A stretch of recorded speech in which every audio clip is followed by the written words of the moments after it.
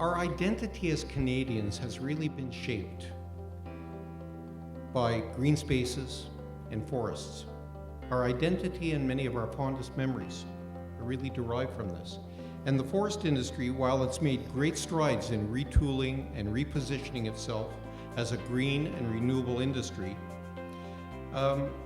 still has challenges in terms of communication, public engagement, and building trust. We've convened you here today to share successes, discuss knowledge gaps where they exist and persist, and explore strategies for advancing the forest sector in Canada. I think that this world of information we're talking about, that now it's time for us to change the way we share that information. And speaking on behalf of the Canadian Council for Aboriginal Business, I see so much optimism. There is so much room there for our forestries and our First Nations Aboriginal peoples across the country to come together to build that business certainty and to create that sustainability that I think is what everyone in the room and in the country really wants. I think the biggest impacts of forest certification are not in the places where it already occurs. In Canada, in Europe, for example, where most industrial companies are third-party certified. The biggest impacts will be somewhere else that have not yet got certified once the real market demand is there for that kind of incentive.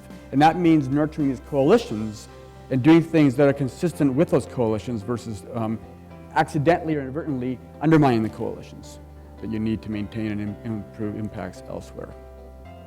The far greater challenge is the inability of organizations to resolve problems when the solution requires engaging with other parties who see the world differently.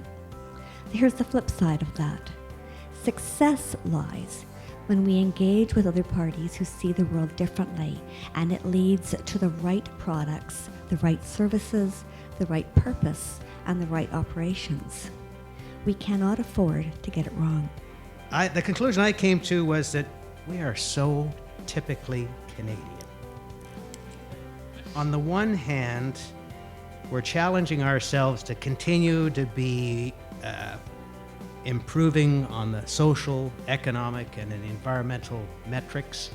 We're challenging ourselves to be open and accountable. But, as I say, we're typically Canadian.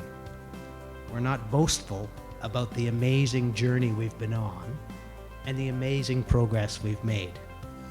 Our journey relative to virtually any other forestry jurisdiction in the world is pretty incredible.